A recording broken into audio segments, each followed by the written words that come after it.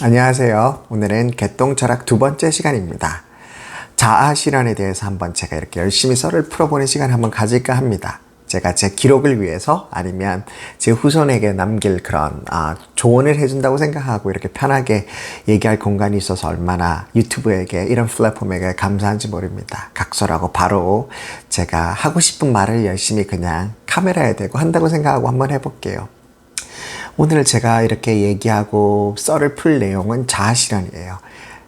일단 자아실현이란 말 자체가 우리나라에서 생긴 말이 아니기 때문에 이 말이 어디서 왔는지부터 한번 제가 썰을 풀면서 이야기 시작해 볼까 합니다. 자아실현이란 말은 애초에 독일의 심리학자, 독일어니까 독일어 발음으로 해야 되나? 쿠르트, 정확히 독일어 발음은 모르겠어요. 쿠르트 골스타인이라는 사람이 한 거예요. 근데 영어로 어쨌든 Kurt Goldstein이라는 이렇게 신경학자이자 정신과 심리학을 이렇게 배운 사람 이 처음으로 세상에 만든 말이에요. 그러니까 영어로 하면 self-actualization이에요. 어떤 일에 구글이나 이런 데 보면 self-realization이라고 돼 있는데 어쨌든 이거를 interchangeable하게 같이 쓰기도 합니다만 엄연히 뜻이 다른 거예요. 그런 사람의 책을 읽어보면 애초에 이 사람이 코인 만들었을 때 이 말은 self-actualization이에요. 이게 무슨 뜻이냐면 이 사람이 이게 게스탈트 심리학을 전공한 사람이거든요. 게스탈트 심리학이 뭐냐면 독일의 심리학의 한 학파 분파인데 심리학이 분파가 여러 개가 있어요. 근데 어쨌든 심리학이 뇌나 이 사람 심리를 연구할 때 이렇게 하나의 사람의 현상이나 심리를 독립적으로 얘기하는 게 아니라 독립적인 걸 모아서 하나로 크게 설명하는 게 아니라 큰 그림을 애초에 이렇게 파악하려고 하는 그러니까 형태학적인 심리학을 말하는 게 바로 게스탈트 심리학이에요. 인문학에서 되게 많이 이렇게 흔하게 나오는 용어인데 어쨌든 이 사람이 게스탈트 심리학을 한 심리학자이자 그리고 뉴럴로지스트예요. 그러니까 신경내과 의사죠. 그러니까 우리나라도 지금은 신경과랑 정신과를 같이 하잖아요. 그러니까 신경정신과라고 한국에 하면 전문의 선생님들이 다 그렇게 의대를 졸업하고 이렇게 더블 보드를 받는 분들이 많은데 어쨌든 서양 독일에서도 이제 대체적으로 그렇게 했어요. 어차피 뇌라는 거가 바로 신경에 대한 거고 신경과고 그러니까 스트로크라든지 뇌 질환이 다 신경과 질환이거든요. 그러니까 뇌에 대해서 연구하면 당연히 사람 심리에 대해서도 이렇게 연구를 같이 합니다. 논문을 같이 보고 그래서 신경 정신을 같이 묶어서 보는데 이게 독일 정도에서 이런 유럽 쪽에서 그렇게 했어요. 어쨌든 이 사람이 처음에 self-actualization이라는 개념을 들고 나왔을 때는 무슨 말이냐면 인간은 자신이 직접 목표를 세우죠. 어떤 것에서 난 좀 더 잘 살고 싶다. 내일은 하루 세 끼를 다 먹고 싶다. 내일은 어디에 가고 싶다는 목표를 세우죠. 그러니까 인간은 작은 거에부터 큰 거에 목표를 세우고 그리고 그 목표를 이루기 위해서 자기 잠재력을 다 끌어내게 돼요. 그러니까 그거에 대한 중요한 욕망이나 동기가 된다는 게 바로 self-actualization이라고 하는 거의 개념이에요. 이게 바로 오늘날 자아실현이라는 말로 한글로 이렇게 풀이가 된 거죠.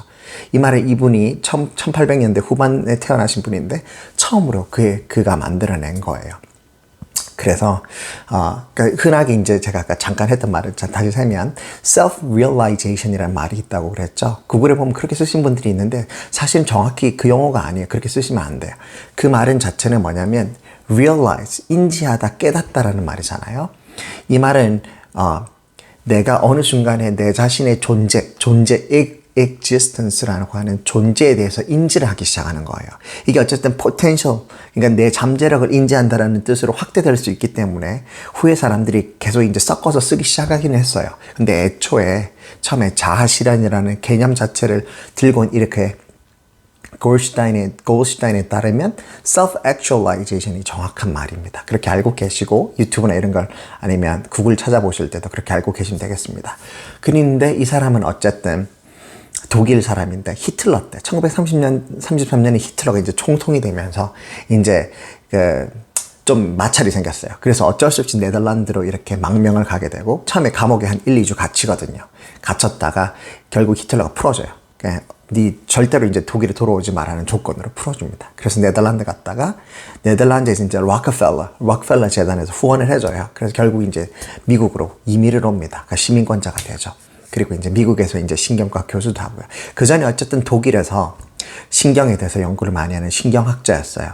또 어떤 구글에 보니까 아니면 또 이런 구글 내용에 보니까 neuropathologist라고 나오던데 어쨌든 그 내용은 틀린 거예요. pathology는 병인데 neuropathology랑 neurology는 다른 겁니다. 근데 아마 이렇게 번역을 하시면서 잘못 번역하신 것 같아요. 이분은 철저하게 그냥 신경학자이신 거예요. 신경해부학과 그 병리를 좀 연구하긴 했지만 신경학자로서 교수로도 재직하신 그런 분인데, 어쨌든 이분이 만든 이 개념 자체가 그냥 개념화를 틀을 만들어 놓은 거지, 실제로 이제 후에 정립되고 발전된 거는 칼 로저스라고 하는 사람 덕분이에요. 이 사람이 후에 이걸 굉장히 이제 개념화를 시키고 더더욱 탄탄하게 개념을 시키면서 한마디 해요. 뭐라고 하냐면, 건강한 사람은, 그러니까 이 전제 조건은 건강한 사람입니다.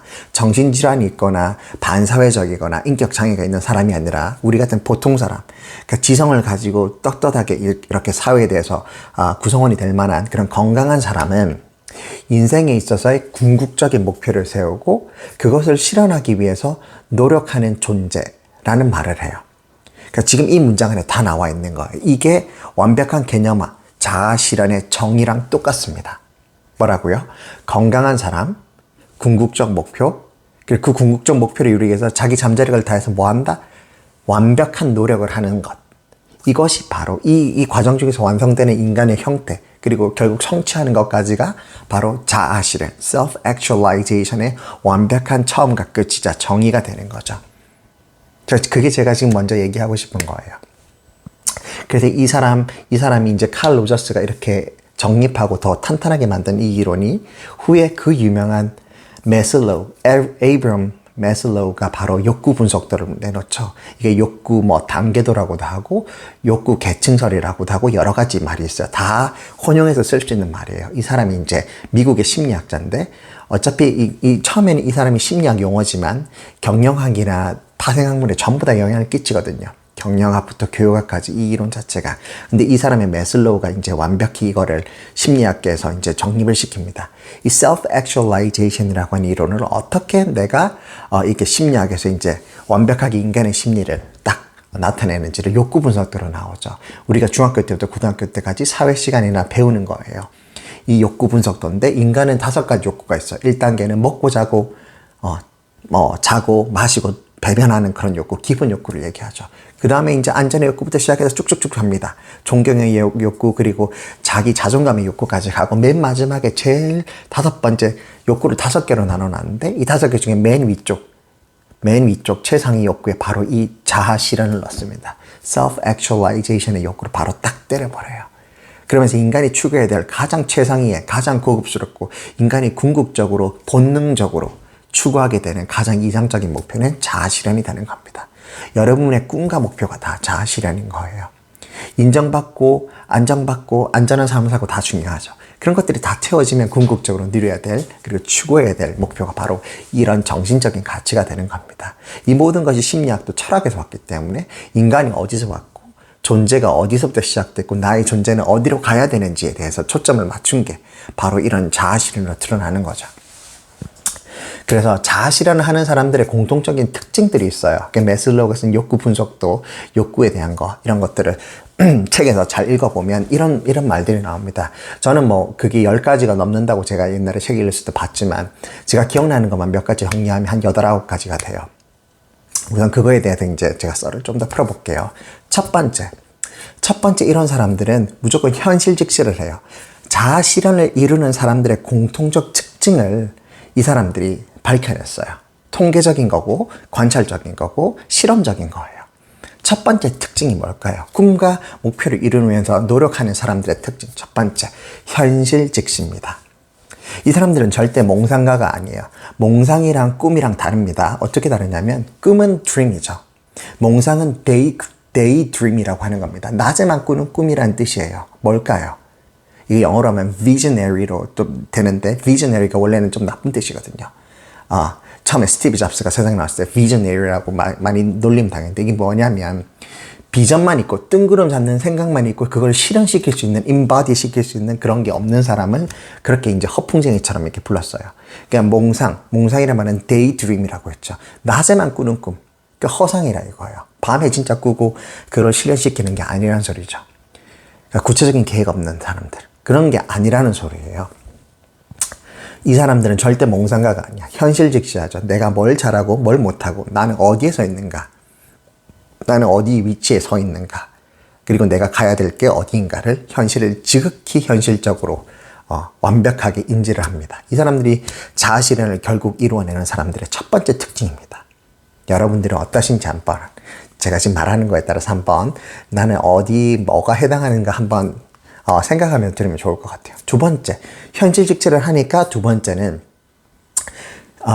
잘못이나 단점이나 장점에 대한 그 있는 그대로 받아들이는 거에 대해서 굉장히 깊은 철학을 갖고 있어요. 이 사람들은. 그러니까 무슨 말이냐면 나나 타인을 있는 그대로 인정하는 거예요. 현실 인정이라는 것 자체가 나와 내 주위에 있는 사람을 있는 그대로 받아들여 주는 겁니다. 그게 현실이잖아요. 그러니까 그 특징이 그 사람이 메슨을 쓴 책들을 보면 이렇게 나와 있어요. 이 사람들의 특징 자체는 특히 단점, 나의 단점도 그렇고 타인의 단점도 그렇고 그걸 애써 고치려고 하지 않아. 내가 뭔데? 내가 뭐가 그 사람보다 더 낫다고. 그냥 있는 그대로 넌 그게 단점이구나. 근데 그래도 괜찮아. 나도 이 단점인데 고치면 돼. 하지만 이것도 괜찮은 거야. 이게 나니까. 나를 알아가는 과정에 서 있는 거죠. 현실 직시와 연관된 이런 툴입니다. 또 세 번째, 이 사람들은 자발적이에요. 굉장히 자발적입니다. 스스로 뭔가를 해낸 힘이 있죠. 남들이 시켜서 사는 삶을 사는 사람들이 아니에요. 부모들, 그리고 사업하는 사람들 전부 다 부모들 어디서 도움을 받아야 되잖아요. 그런데 그럼에도 불구하고 내 스스로가 개념을 세우고 가야 될 방향을 설정합니다. 굉장히 자발적인 사람들이에요. 남들이 시켜서 어느 대학을 가고, 남들이 시켜서 어느 학원을 가고, 남들이 시켜서 어느 직업이 좋다더라, 그렇게 하는 사람 아니에요. 그런 사람들은 결국 이런 자아실현에 이르지 못합니다. 반대의 사람들이 돼야 돼요. 남들이 말해서 하는 팔랑귀가 아니라 내가 해야 되는 겁니다. 자발적이죠. 그리고 네 번째 특징이 바로 이어서 나와요. 자발적이니까 바로 또 독립적이에요. 내가 자발적으로 한다는 것 자체가 독립적이라는 거예요. 누군가에게 의존해서 저 어디가 좋을까 물어보고 끌려가는 게 아니라 내가 설정한 그 목표대로 끊임없이 독립적으로 행동하는 사람들이에요. 다음 목표는 이거야. 난 이걸 할 거야. 다음은 이거야. 500원 벌었으니까 내일은 1000원 벌어야지. 그 다음 10,000원 벌어야지. 목표를 세우고 끊임없이 독립적으로 행동합니다. 힘든 일이 있어도요, 웬만하면 도움을 요청하지 않아요. 본인이 뚜벅뚜벅 이 길이 맞다고 생각하면 요령을 피우지 않고 돌아가려고 하지 않아요. 그냥 그 길을 뚜벅뚜벅 합니다. 방황이 길어져도요, 상관없어요. 그냥 그 길이 정도라고 생각하면 그 길로 돌아가기 위해서 부단한 노력을 하는 사람들이 이런 사람들이에요. 그러니까 그 다음에 또 다섯 번째 특징은 독립적이고 자발적이니까 어떠냐? 때로는 고독합니다. 이런 사람들의 특징이 고독하다고 그래요. 친구가 많이 없어요. 그 다음 특징이에요. 적은 친구. 적지만 양으로 승부하는 게 아니라 적지만 질로 승부합니다. 진실된 친구를 몇 명 두고 나머지 사람들하고는 얕은 관계를 좋아하지 않고 깊은 관계를 선호하는 사람들이에요. 깊은 애정들. 셜로하게 여러 명 둘 필요 없어요. 요즘 인스타그램이나 여러 가지 다 페이스북이나 많지만 이 디지털 시대에 얼마나 피상적인 인간관계가 많아질 수밖에 없는 배경이 되잖아요. 그런 것보다는 그런 걸 줄이고 더 소수의 사람들과 깊은 애정과 마음을 나누는 게 이 사람들의 특징이에요. 그래서 때로는 외로워요. 혼자서 자발적이고 독립적이고 그리고 소수의 친구와 함께 마음을 나누다 보니까 굉장히 고독해요. 그래서 이 사람들의 특징이 심리는 뭐냐면 내가 고독해도 되는 거예요. 차라리 풍요 속의 빈곤이라고 내가 여러 사람에 둘러싸여 있어도 내가 허한 것보다 내 스스로가 나만의 시간을 찾아서 공원을 산책한다거나 이런 식으로 고독을 즐기는 사람들의 특징이 발견된다고 합니다. 자, 여기까지 얘기했을 때는 굉장히 자아실현을 싫어하는 사람들은 굉장히 약간 독불장군일 것 같고 약간은 굉장히 리더형일 것 같고 늑대형일 것 같고 꼭 그럴 것 같잖아요. 근데 여기서 반전이 일어나요. 지금 제가 6가지 얘기했는데 이제 7번째, 8번째가 이제부터 좀 반전이에요. 뭐냐 하면 7번째는 감사하는 마음이에요. 이 사람들을 추적해봤더니 끊임없는 감사함이 발견됐습니다. 이 사람들은 기본적인 삶에 대한 감사함이 묻어있는 사람들이 대부분이었어요. 자아실현을 하는 사람들을 역으로 추적해봤더니 내가 하루 3끼를 먹는 것도 감사하고 그리고 두 다리가 멀쩡해서 걸어다니고 책을 쓰고 책을 읽고 다 할 수 있는 이런 것에 감사하는 그런 사람들. 그리고 부모가 다 있고 그 모든 사소한 그 모든 것까지 부단하게 감사를 합니다. 감사하는 마음이 왜 중요하냐면요. 그런 사람들이 얘기하는 이 감사함이 뭐냐면 삶에 대한 감사함에서 비롯되다 보니까 나를 둘러싼 그 모든 사람들에까지 감사가 갑니다. 원래 그런 거잖아요. 내가 이 사랑을 주는 사람이다. 내가 누구를 위해서 봉사를 한다. 내가 무언가를 줘야 되겠다는 사람들은 사랑이 있는 사람들이야. 근데 그게 가짜 사랑이냐 진짜 사랑이냐를 다 떠나서 진짜 사랑을 주려면 사랑을 컵에서 흔히 비유를 합니다. 물이 여기 컵이 끝까지 차야 이 컵에서 이제 다 찼어. 다 찼는데 한 방울만 떠들었으면 그때부터 물이 넘치기 시작하죠. 이게 바로 사랑이라고 생각하면 되는 건데요. 여기 탈 때까지는 사랑이 아니죠. 뭐냐 하면 내가 내 스스로 사랑을 채워가는 과정이죠. 이거는 타인에 대한 사랑이 아니라 나에 대한 사랑인 거죠.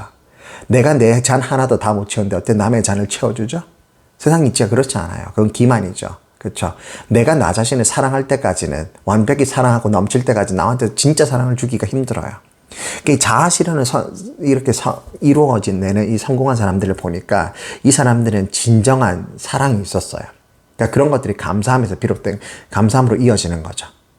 그러니까 연결해서 그 다음 바로 8가지 특징이 바로 여기 나와요. 인류애로 확장이 됩니다. 인류애. 인류애가 뭐죠? 말 그대로 전체 인류를 생각하는 거예요. 자, 저는 그것이 알고 싶다만 봐도 눈물이 막 나는 사람인데요. 안 믿으실지 모르지만 저는 그것이 알고 싶다가 세상에서 가장 슬픈 프로 중에 하나라고 생각합니다. 거기 나오면 굉장히 정인이 이야기부터 시작해서 그 정인이 말만 들어도 눈물이 나잖아요. 억울하고. 내 일이 아니에요.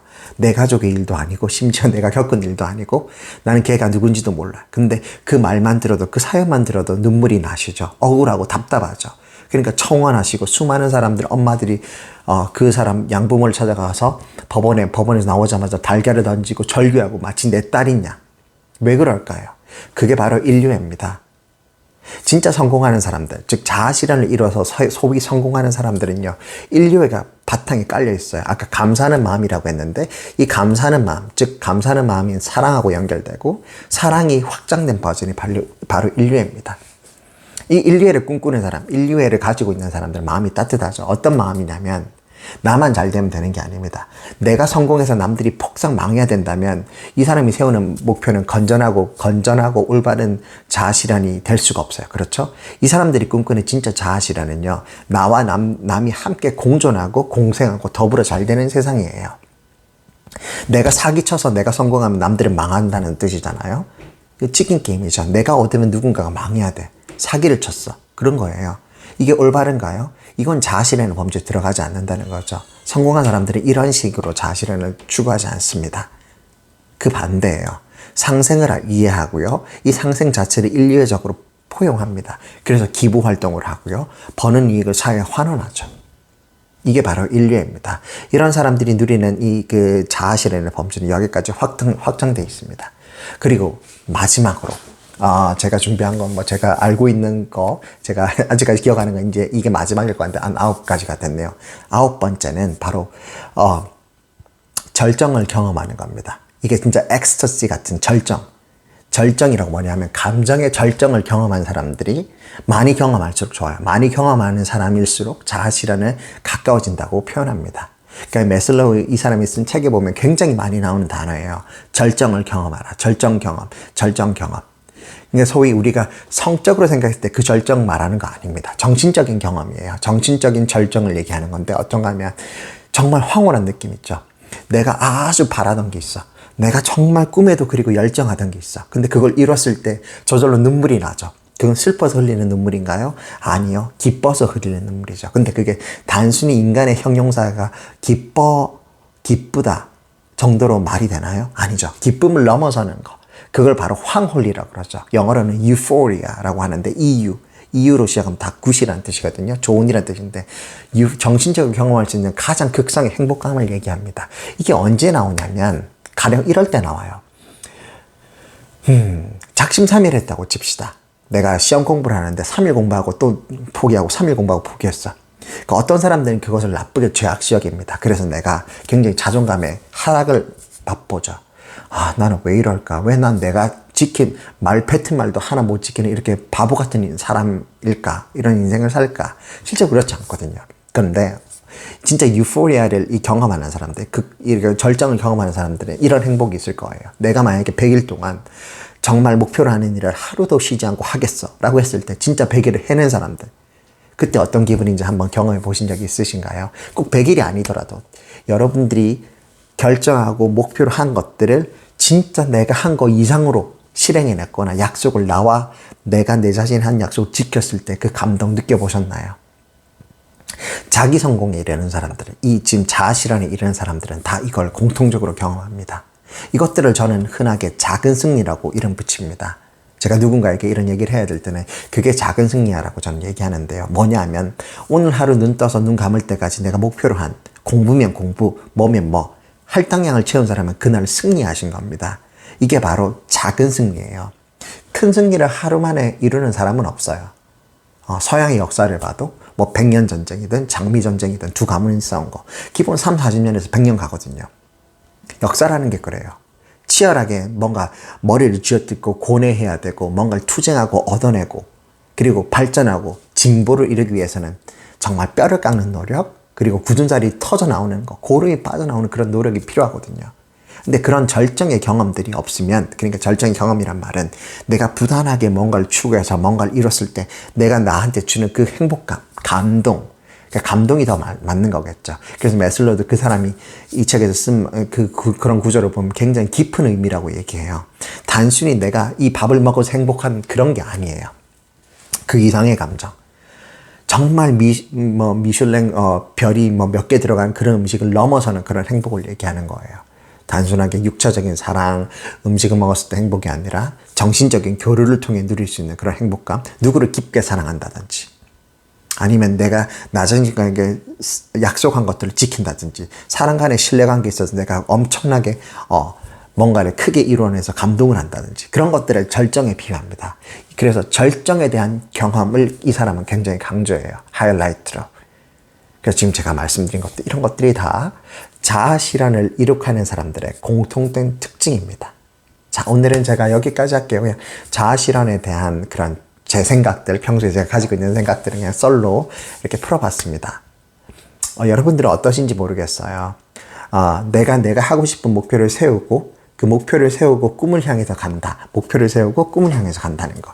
이거 자체가 행복해야 되는데 때때로 우리 삶은 오늘이 어제 같고 또 오늘 또 내일 같을 거고 내일이 또 어제 같을 거고 이럴 거잖아요. 꼭 그렇지 않다 할지라도 그렇게 사는 사람이 대부분입니다. 이게 잘못됐다고 말하는 것이 아니라 우리 삶들이 그저 그래요. 별 다를 게 없죠. 저도 그렇습니다. 별 다를 게 없어.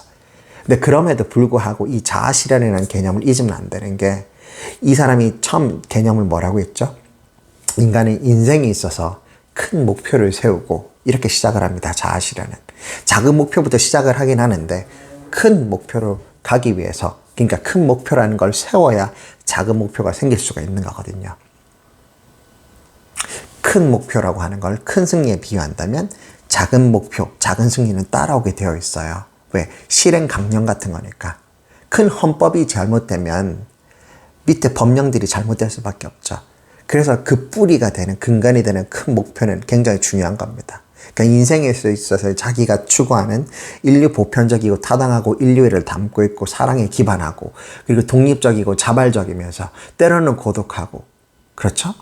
이런 것들을 뭉뚱그려서 그러한 건전한 목표를 내 인생에서 딱 기둥처럼 세워놓으시면 내가 언제 그랬는 듯이 이 목표를 향해 살게 되실 겁니다. 그러면 하루하루 승리하는 삶이 찾아오게 되고요. 작심삼일하는 버릇이 있다면 그런 것조차도 계획을 세워서 하나하나 고쳐나갈 수 있는 거예요. 내가 입 밖에 낸 것들을 하나하나 지켜나고 세상의 모든 사람이 다 약속을 100% 지키는 사람은 없죠. 저도 그렇고 여러분도 그러실 겁니다. 그럼에도 불구하고 노력을 할 수 있다는 게 포인트입니다. 이 자아실현은 이루라고 만든 게 아니라 이상적인 거예요. 개념적인 거고 우리 인간이 이 정신과적으로 어디까지 갈 수 있는가, 이 뇌가, 우리의 이 CPU라 불리는 이 뇌가 어떻게 우리 영혼이 이렇게 이루어져 있는가, 그러니까 다 뜯어봤더니 지금 밝혀진 바로 이 자아실현이라고 하는 것 자체가 학계 정설대로 우리 인간이, 우리 뇌가 우리 자체가 추구해야 될 가장 최상의, 가장 이상적이고 목표로 해야 되고 세팅이 거기 돼 있는 거죠. 그런 의미에서 여러분들과 함께 오늘 나눠보는 시간 가졌습니다. 늦은 밤인데요. 지금 제가 있는 곳은. 여러분들도 좋은 밤 되시고 그러면 다음 시간에 다른 개똥 철학으로 돌아오겠습니다. 안녕.